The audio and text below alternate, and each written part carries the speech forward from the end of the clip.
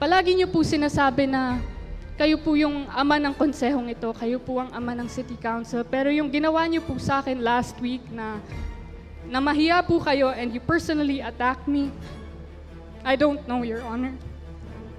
Hindi kaya gawin sa akin ng ama ko yun. No, my father will never do that to me. So wag niyo sabihin na ama kayo ng konseho.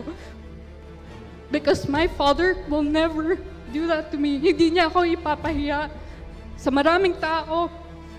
Hindi niya ako ipapahiya, lalo na sa buong lungsod ng Maynila. Yan. I'd just like to take this opportunity po to speak my mind because the baseless accusations that have been thrown against me last week po have been boggling my mind. So I would just like to unequivocally refute all the baseless accusations thrown at me. So, Ginong Tagapangulo, Punong Mayorya. hinihikayat ko po si kagalang-galang na konsyal Yan Ibay na pwede po muna natin tapusin yung agenda. but based off of the IRP naman po, I can do so after we've finished one item in the agenda. So if you could give me the chance to speak my mind, Mr. Presiding Officer, that would be very nice. Kagalang-galang na yan Ibay, bibigyan po namin kayo ng pagkakataon na makapagsalita. Tapusin muna natin yung nasa agenda at baka pwede nating tapusin yung barangay budget. After that, pwede nyo pong sabihin po kung ano po yung mga nais nyo pong sabihin. Your Honor, this is an important matter po, and it's very urgent that I do say my thoughts as of the moment po. So if you could give me the floor po, that would be very nice. Isang minutong pagpapahinga. Councilor Yan Ibay. Thank you po, Your Honor. I promise this won't take long. This will be max 10 minutes po. And again, I would just like to unequivocally refute all the baseless accusations thrown Point at of order, me. Your Honor. What is your point of order? Councilor Laksamana. Unang-una po, ngayon po ay panahon ng Agosto. Ito po bilang paggalang sa national nating kahilingan, nasyonal na batas. Dapat po ay galangin natin na tayo sa panahon ng Agosto ay kailangan magsalita ng Tagalog para sa mas nakakaraming pangunawa sa mga nakikinig sa atin. Hindi naman po lahat tayo ay may mataas na pinag-aralan at tanging Agosto lamang po ang panahon ng pagsalita ng Tagalog. Isa pa po, inihiling po ng punong mayorya kanina na sana ay tapusin lang ang 3 agenda na nandoon sa agenda para po mapabilis kasi po yung budget nga ng barangay ay nandyan at napakarami. Ang point of order ko po ay sana, papasahin ko lang po sa inyo, ito ay nasa wikang English, pero ito naman po ay English na napakadali lang naman unawain. Kasi po sa internal rules natin na pina-follow natin, na sa ating sinusundan, under po sa rule ng ika-22, yung privilege hour po na ginagamit ng ating mga kapwa konsehal, sana po ay pahintulutan niyo akong basahin. Section 97 po ito eh. Yung privilege hour po kasi ang nakasulat dito, upon registration with the majority floor leader and with the permission of the presiding officer and after the reading of the order of business, which tapos na nga po tayo, any member may speak or any matter of general interest for more than 10 minutes. So pwede naman po magsalita ng 10 minutes. Pinapayagan po natin yan. If more than one member so desire to make use of this privilege, the first to apply either in writing in the office of majority floor leader or verbally in open session. So ngayon po ang nangyari, magpi-privilege speech po ang ating isang konsehala, ay wala naman pong written. Pero sabi nga po dito, verbal po is pwede naman. Shall be given precedence and so on. Successively, but they exceeding the time allotted for the privilege speech may be used out of order. So meron po tayong, nililiwanag ko lang po sa inyo, na 10 minutes lamang po ang allowed na pribileyo para sa privilege hour. Okay. Your Honor.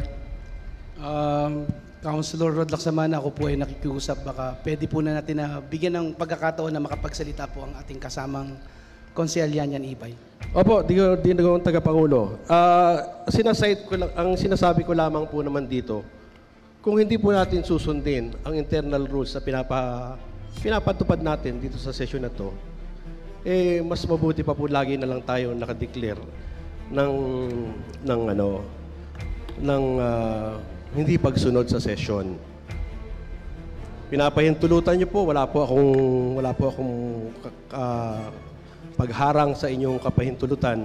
Lamang po, ang sinasabi ko lamang po dito, kaya po tayo may abiding rules and regulations, dahil po ito ang gabay natin para mapatakbo natin ang sarili natin sa araw ng sesyon o sa araw ng pagtalakay at pagdidebate. Yun lamang po. Maraming salamat po. Maraming salamat po, Councilor Rod Lacsamana.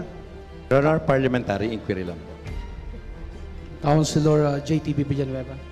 Opo, narinig ko po yung sinabi ng ating kasamahan sa ikadalawang distrito ng ating lungsod at natutuwa po ako na pinangahawakan niya po yung ating internal rules at he is begging na sundin natin ang nilalaman nito.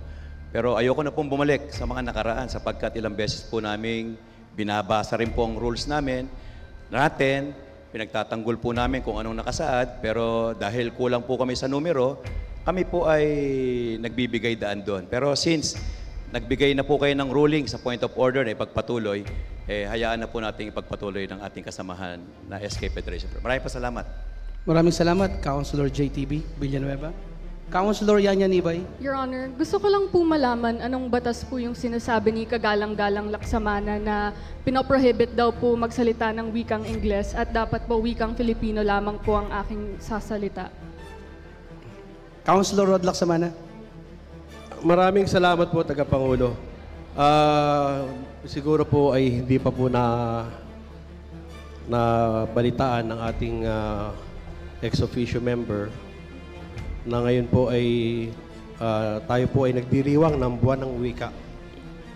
Sa 12 buwan po sa isang taon, tanging Agosto lamang po ang ating sineselebra para magsalita ng Tagalog dito sa sesyon bilang pagunita sa wikang pambansa. Kaya po ngayon po ay ginagawa po natin ang pagsasalita ng Tagalog dahil po tayo ay tumutugon lamang sa panawagan na ating iselebra ang pagsasalita ng wikang Tagalog. Maraming salamat po. Maraming salamat, Councilor Rod Lacsamana. 1 minutong pagpapahinga. Councilor Maki. Councilor Maki, ikaw muna. Tuloy ang sesyon. Kagalang-galang Yan Ibay. Again, Your Honor, I would like to unequivocally refute all the baseless accusations thrown at me in last week's session po. So I have here everything that I have done for the City Council in the 8 months that I have been here. So I'm going to start off with the resolutions po. The first resolution is a resolution calling the Department of the Interior and Local Government for the deferment of implementation of the stringent requirements for the Sangguniang Kabataan Treasurers to their assumption of office. So because of this resolution po, ang TESDA po ay nag-reach out sa amin at sila po ay nag-formulate at nag-implement ng 2-day training para po hindi po mahirapan ng mga SK Treasurer dahil ang sinusuggest po na TESDA na training po ay 33 days which if titignan naman po natin yung honorarium ng mga SK Treasurers, mga 1,000 pesos per month lang yun, hindi po enough yun para po sila po ay magsagawa ng 33-day training. So dahil po sa resolution na ito, 2 days na lang po yung naging training ng ating mga SK Treasurers at dahil din po doon nakapag-bonding ang mga SK Chairman at SK Treasurer at nabuksan po ang kanilang mga bank account. So ito po ang pinakaunang crucial na resolution na ginawa ko po para sa 12th City Council po ng lungsod ng Maynila. Ang pangalawang resolution naman po na aking ginawa is a resolution concurring with the 3-year Local Youth Development Plan for 2024 to 2026 as adopted and approved by the Local Youth Development Council of the City of Manila. Your Honor, ako po ang pinakaunang SK Federation President sa lungsod ng Maynila na gumawa po ng 3-year Local Youth Development Plan in the city. Ito pong Local Youth Development Plan na ito po ang Local Youth Development Plan po natin. Ito po ay pinagpuyatan po namin ng Manila Youth Development Council. So, ang pagsasaad po at pagsasabi na wala po akong nagawa para sa konsehong ito at para sa kabataan po ng lungsod ng Maynila ay nakakabastos hindi lamang po sa akin, nakakabastos po ito sa SK Federation, pati na rin po sa Manila Youth Development Council na binubuo po ng iba't ibang youth organizations at youth-serving organizations.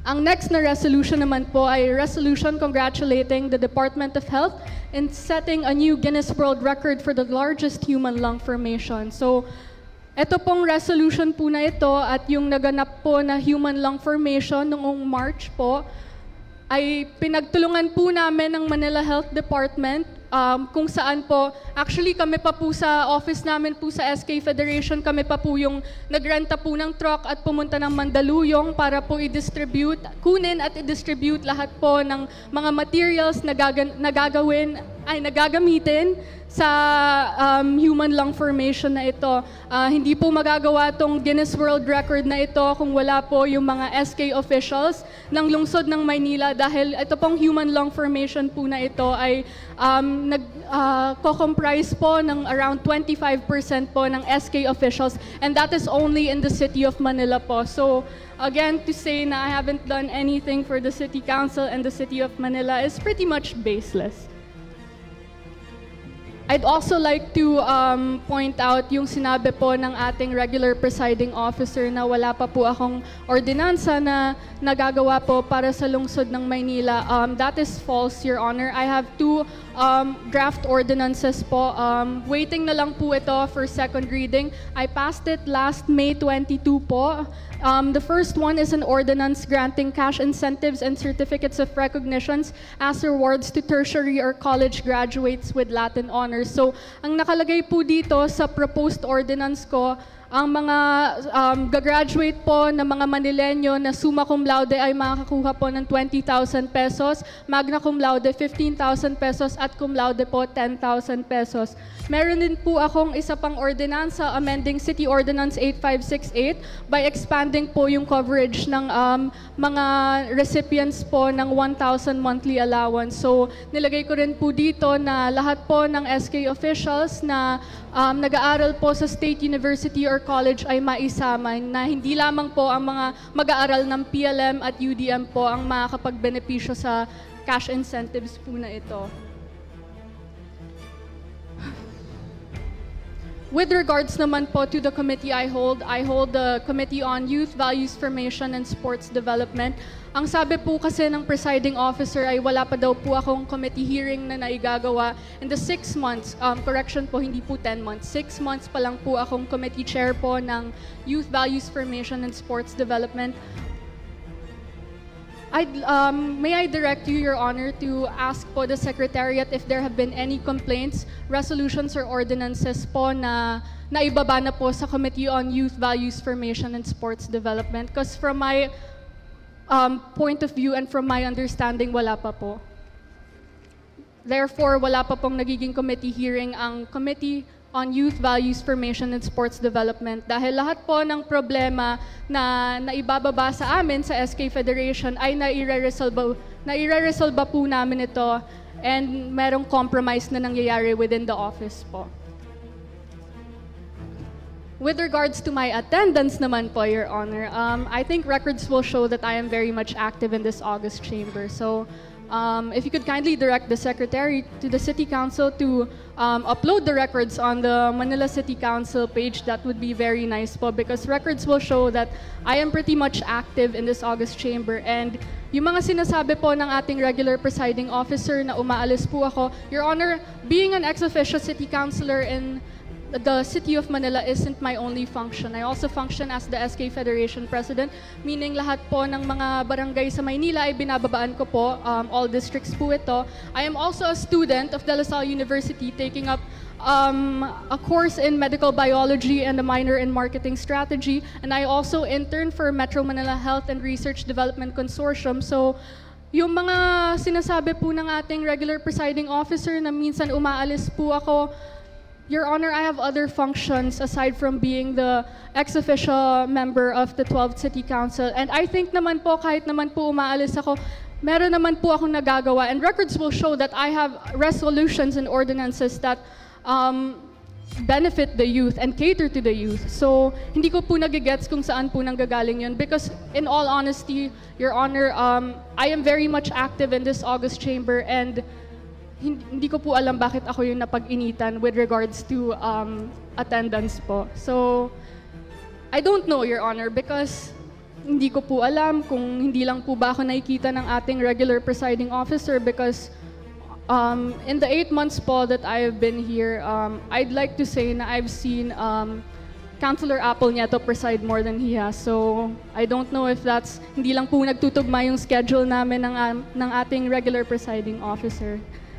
Pero, again, Your Honor, hindi ko po ipapakiusap sa inyo na pakiusapan niyo po ang mayorya na ibigay sa akin yung pagkakataon para ibalik sa akin yung committee ko. Dahil in the first place po, as stated in Republic Act 10742 and 11768, sa SK Federation President naman po talaga ang Committee on Youth and Sports Development. So, hindi ko po kailangan ipakiusap yon and hindi ko po kailangan humingi ng chance sa mayorya dahil in the first place naman po, hindi naman po dapat tinanggal sa akin yon. And palagi niyo po sinasabi na kayo po yung ama ng konsehong ito, kayo po ang ama ng City Council. Pero yung ginawa niyo po sa akin last week na mahiya po kayo and you personally attack me, I don't know, Your Honor.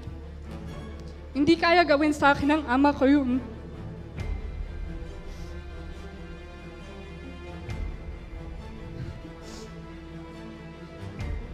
No, my father will never do that to me. So wag niyo sabihin na ama kayo ng konseho. Because my father will never do that to me. Hindi niya ako ipapahiya sa maraming tao. Hindi niya ako ipapahiya, lalo na sa buong lungsod ng Maynila. So parliamentary inquiry. Does the IRP supersede the Republic Act of the Philippines and the Philippine Constitution? Yes or no?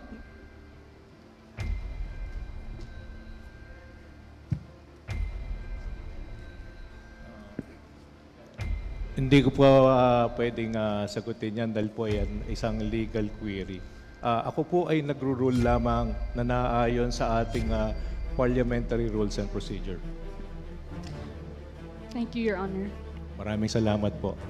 Noted po. Your Honor, may I be allowed to interpolate with the permission of SK Federation President Yanyan Ibay, Your Honor.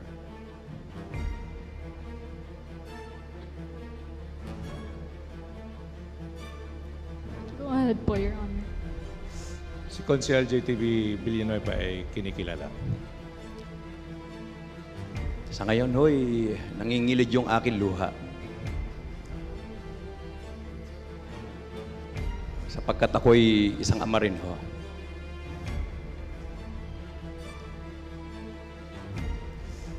Ramdam na ramdam ko po.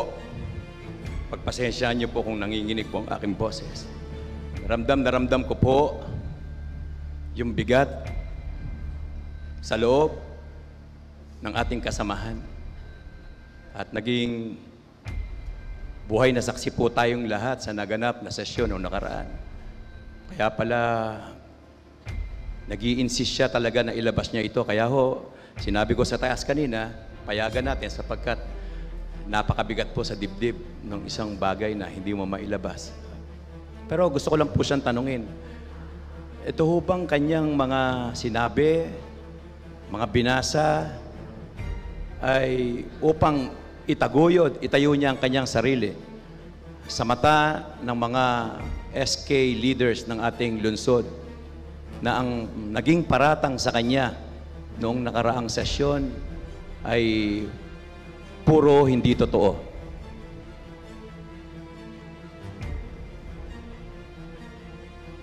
Yes, Consela Ibay.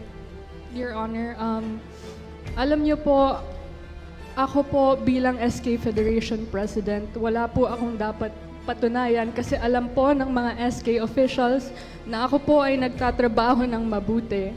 Kaya hindi ko nga po alam kung bakit po nasabi yon ng ating regular presiding officer at vice mayor kasi alam po sa sarili ng mga SK na nagme-message pa nga po sa akin yan ng 4 a.m. at nagre-reply pa ako. Alam nila yan. Alam nila na lagi akong nandyan para sa kanila. So to have these baseless accusations thrown at me, I don't think that was right. And I think that was not an attack to me as an SK Federation, but an attack to my personality overall po. So this is me standing up for myself because again, no one will.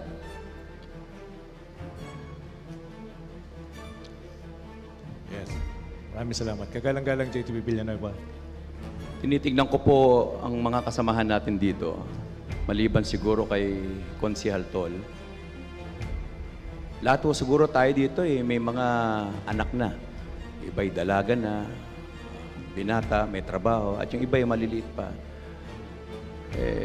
Talaga napaiyak po ako nung binanggit ninyong ang tatay ninyo hindi ginawa ni minsan na kayo'y pagalitan in public.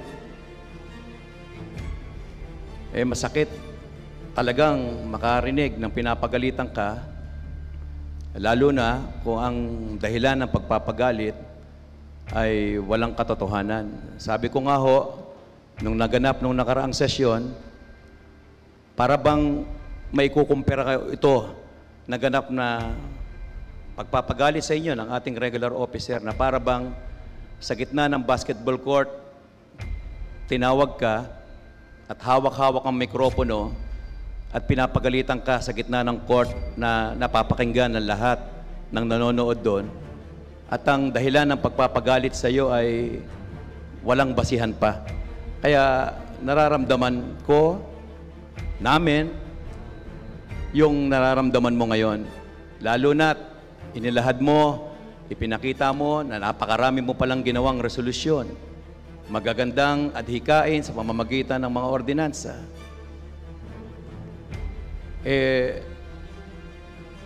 Kung napapakinggan po yan, nung dapat makapakinig, talaga namang hahangaan at natutuwa kami. Sa akin pong 3 termino bilang konsehal, 2 beses akong nakakasama ng SK Federation President na ex officio and without offense sa inyong pinalitan. At sa iba pang mga nanungkulan, kayo ang may tuturing ko sa pinakamagaling na SK Federation President na na-witness ko. Marahil hindi ho makakapagsalita yung iba dito, pero alam ko, dama ko, na sila ay naiyak din sapagkat may mga minamahal silang mga anak dito. Bilang pagtatapos, gusto ko pong marinig sana sa inyo, hindi nyo po nabanggit kanina, ano ho ba ang magiging mensahe ninyo sa ating regular presiding officer pagkatapos po ninyong maipakita na wala pong basihan ang naging akusasyon niya sa inyo? Maraming salamat po.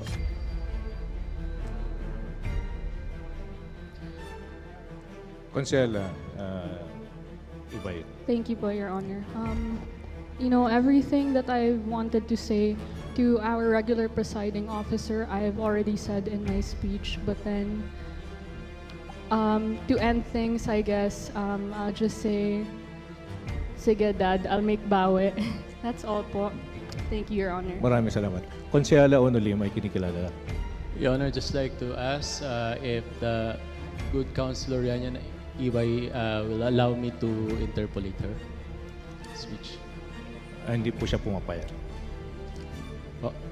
Pero pumayag po kasi kayo sa interpellation ni Konsehal JTV Villanueva. Sige po, ipagpatuloy po ninyo, Konsehal Onolim. Point of order, point of order. Your Sige Honor. po, Konsehal Onolim. Pumapayag po ba si Konsehala Ibay na tayo po'y makapagtanong o interpolate yung kanya pong nasabi kanina? Your Honor, I wish only to be interpolated by a few members. So I guess Councilor Lim could be the last because as I've said kanina, I didn't want to take up too much of your time, too much of everyone's time because nga po, we have barangay budgets to pass. But I guess Councilor Lim could be the last to interpolate me. Pagpatuloy po ninyo. Maraming salamat, Your Honor. Your Honor, Si Councilor Yanyan Ibay, nakasama ko at nakita ko naman ho yung dedikasyon niya. At nais ko hong tanungin na bilang SK Liga President, bukod po sa pagiging councilor, hindi lamang ho naman nire-represent natin ang pagiging youth president natin. But bagamat hindi lamang committee ng youth ang nire-represent natin, meron pa rin ho tayong pagiging miyembro ng ibang committee. So nais ko rin hong matanong ang atin hong konsehala kung ano pa rin ho yung ibang committee membership po natin ito hong nagdaang nakaraang 6 na buwan. Konsehal Ibay. Your Honor, so far po, I haven't been invited to any of the committee hearings po na I am not sure if I am still a member right now given the fact that I am not part of the majority, but as far as I am concerned po, I have not been invited to any of the committee hearings po. Actually, meron pong binabang letter po sa akin for August 29, si Councilor Roma Robles po. But then, nakasaad po sa letter po na yun, SK Federation President lamang po, hindi po member. So, I think Children's Affairs po, no? Councilor Robles. So, I'm not sure po if I am a member of any of the committees in the City Council po. Your Honor. Yes, Councilor Onolim. Your Honor, aside from being a Liga President, SK President, meron din ho tayo mga iba't ibang membership sa iba't ibang committee. At aside from that, kaya ko ho tinatanong ang atin hong SK President dahil alam ko ho na maaring meron din ho siyang membership sa iba't ibang committee, like bago po siya mapabilang sa minorya na sinasabi po natin. Kaya nga ho tinatanong ko na kasi naririnig po natin, puro youth. Maaring meron din ho mga committee membership bago ho mapabilang. Ano ho rin ho yung mga napabilang niya, napuntahan ho niya mga committee na hearings. Kasi ako po, halos ako po, yung isang majority pa ho natin, lahat ho halos inatenan ko hong mga committee. At pag pumupunta po ko sa mga committee hearings, parating 1, 2, yung chairman lamang ho nakakasama ko, minsan ako lamang ho pumupunta o 2, 3 lamang ho kami. At nasa record po yan ng council at halos puro representative lamang ho talaga pumupunta. Nakakalungkot nga ho isipin at nandyan ho yung attendance. Bagamat, Your Honor, point of order. Point of order po, Your Honor. What is your point of order? Tingin ko po yung tanong niya po ay hindi ho nauukol dun sa sinabi nung nagsalita ng privilege speech. Sa tingin ko, yung kanyang tanong ay para bang dumadagdag pa siya sa insultong nangyari sa ating SK Federation President. 38 councilors po tayo dito. Huwag niyong paghanapan yung bata kung ano ang ginagawa niya sa ibang mga membership niya sa komite. Ayoko pong magturo dito. Marami po tayo ditong konsihal na talagang wala naman. I think, Your Honor, the questions propounded is not really meant to ask the SK Federation President to address yung kanyang sinabi. Your Honor. That's my point of order, Your Honor. I think you know that, Your Honor. Salamat po. Pinaalalanan ko po ang lahat. Nagsabi na po kanina si Konsehala Ian Nieva na wala na po siyang ibang para po, dapat last na si Uno Lim, right? Yan Ibay pala. Sorry po, with your indulgence. Para po hindi na po sana humaba yung ating talakayan. Kasi po, meron po tayong a-approve na budget. At sabi ko nga, paulit-ulit, lamig lang po ng ulo. Kasi po tayo ay nagre-representa sa buong Maynila. Tayo po ay naka-live. Hindi po magandang nakikitang nag-aaway-aaway tayo. At uulitin ko rin po, yung mga barangay chairman, hindi po nagpunta rito para manood ng away natin o alitan. Sila po ay nagpunta rito dahil bawal po pumalakpak. Sila po ay nagpunta rito dahil gusto po nila yung makita tayo na ma-approvean natin yung budget nila. Okay po ba? Para matapos na po ito at makapagsimula na po ulit tayo sa ating agenda. Last point po, Konsehal Yanyan Ibay. Your Honor. To add to what Councilor Lim is insinuating po, nung August 1 po, nag-manifest po ako na I be a member po on the Committees on Education, Committees on Gender, Committees on Drug Abuse po. So, yung mga committee hearing po na sinasabi niya, pupuntahan ko naman eh. Kaya lang, hindi naman ako nabigyan ng chance, di ba? Nung minanifest ko po na I be part of the said committees, hindi naman ako, strip away pa nga yung committee chairmanship ko. So, paano ko pupuntahan yung mga committee hearing? Knowing na at this point in time, I don't belong to the majority, I don't belong to the minority. Ano na, independent? Wala namang ganun. Yes. That's all po. That's all po, Your Honor. I wish not to be interpolated anymore po. So. Okay. Thank you, Honor. Maraming salamat. Maraming salamat po. 1 minutong pagpapaliban ay dinedeklara ng APAG. Muli po natin pinagpapatuloy ang pagpupulong. Ginoong Tagapangulo, bago po tayo mapagpatuloy, gusto ko lang po magbigay ng isa pong manifestation tungkol po sa aking saloobin, tungkol po sa naging talumpati ng ating kagalang-galang na SK Federation President, Honorable Juliana Yan Ibay. Your Honor, gusto ko lang po magpatunay bilang ating inyong majority floor leader na kayo po ay mas maraming pagkakataon na kayo po ay nag-preside dito po sa City Council. Madalas po tayo na pumapasok pareho at simula hanggang dulo, inaabot po tayo ng gabi para lang po matapos po lahat ng ating mga importanteng mga ordinansa, mga resolusyon, at kayo po napakahaba po ng pasensya nyo sa aming lahat. Dahil sa totoo lang, bilang presiding officer, kayo po ang may hawak ng gavel at pwede nyo po hindi pahintulutan o limitahan ang aming pagsasalita rito. Bilang ama po ng City Council, naramdaman po namin ang pagmamahal nyo sa aming lahat. Pantay-pantay, may respeto, may paggalang.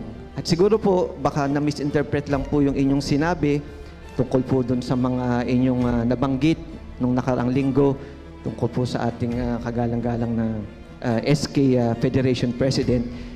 Yung nabanggit nyo po, binerify ko po sa ating records yung mga statistics na inyong sinabi na may kinalaman sa mga naipasa, naisumite, naipasa ng mga ordinansa, mga resolusyon, yung mga attendance na pagpasok at biglang aalis. Lahat po kasi ito ay recorded. So yung mga kasamahan po natin na pumapasok at biglang umaalis, sa totoo lang po, nasa rules po natin yan. Pwede po ideklara at mag-second roll call lang ating galang-galang na vice alkalde, at kahit po kayo pumasok sa simula po ng session, pag kayo po umalis sa kalagitnaan ng session, pwede po kayong ideklara na absent sa araw na yon. So parang nasayang lang po yung pagpasok nyo kung hindi nyo po tatapusin yung session. At simula po nung nagkaroon po tayong reorganization, napansin ko po napakahaba na po ng session natin. Natutuwa ako dahil lagi po tayong kompleto, hindi katulad dati. Tayo po naghahagila pa po sa mga konsyal para pumasok at para tayo magka-quorum. Pero simula po nang tayo nag-reorganization, halos lahat po ng kanilang upuan ay kanila pong inuupuan at nandito po sila para po mag-participate sa ating session. Pero pakiusap ko lang po sana na tapusin po natin lahat ang session. Kahit tapos na po kayo magbigay ng inyong talumpati, saloobin, ang pangunahin pong trabaho natin ay magpasa po ng mga ordinansa at mga resolution na makakatulong po sa ating mga taga-Maynila na binoto po tayo, niluklok po tayo sa ating posisyon bilang mga konsyal at tagagawa ng mga lokal na batas dito po sa Maynila. Yun lang po, Your Honor. At lagpas 1 oras na po, naghihintay ang ating mga kagalang-galang na punong barangay sa Distrito 1, Distrito 2, Distrito 3, Distrito 4, Distrito 5, Distrito 6. At bilang paggalang sa kanila, Ginoong Tagapangulo, minumungkahi ko po na pagpaliban ang ating alituntunin. Meron pong minumungkayan po ng mayorya na ipagpaliban po ang ating alituntunin? Meron po bang tumututol? Sapagkat wala pinagtitibay.